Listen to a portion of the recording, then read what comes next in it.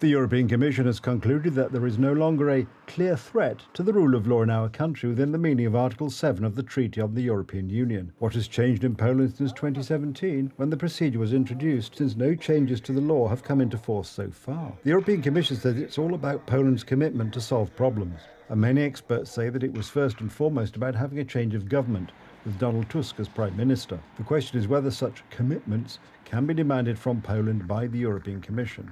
The European Commission announced the end of the Article 7 procedure against Poland.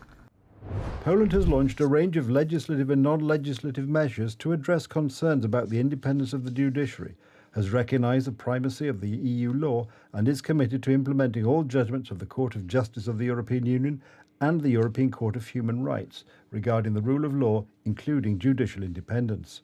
In other words, Donald Tusk's government, without looking at the Polish constitution, recognises the supremacy of EU law over Polish law, which is contrary to the highest law of Poland. Because the Constitution in Article 8 clearly states that it is the highest law, our Constitution in Poland, and until this provision is changed, such declarations are only of a political nature.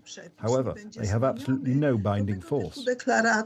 All the more so because the Constitutional Tribunal has repeatedly ruled that the Polish Constitution is the supreme law in our country, even when the Constitutional Tribunal was headed by Professor Rzepliński, who sympathises with the current government. The Constitutional Tribunal is supposed to protect the Constitution.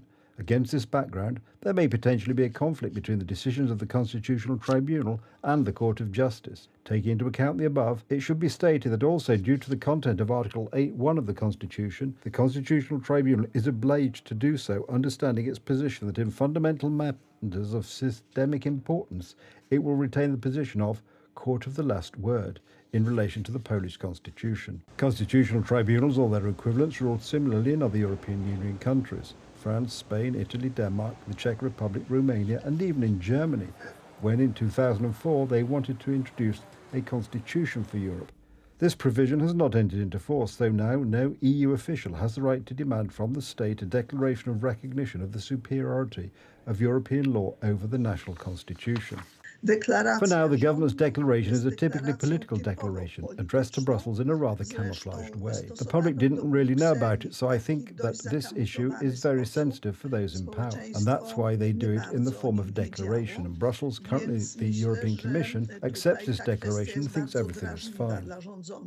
If those in power admit, contrary to the Polish constitution and the principles of international law, that EU law is more important than the Polish constitution, it is as if they were giving a significant part of Polish sovereignty to Europe in the hands of the people who run the EU, von der Leyen and other people who manage this entire mechanism in Brussels. As von der Leyen explains in the statement, the current government in Warsaw has made a breakthrough, hence the end to the slander of Poland. The question is what kind of breakthrough it is, because no laws have been implemented.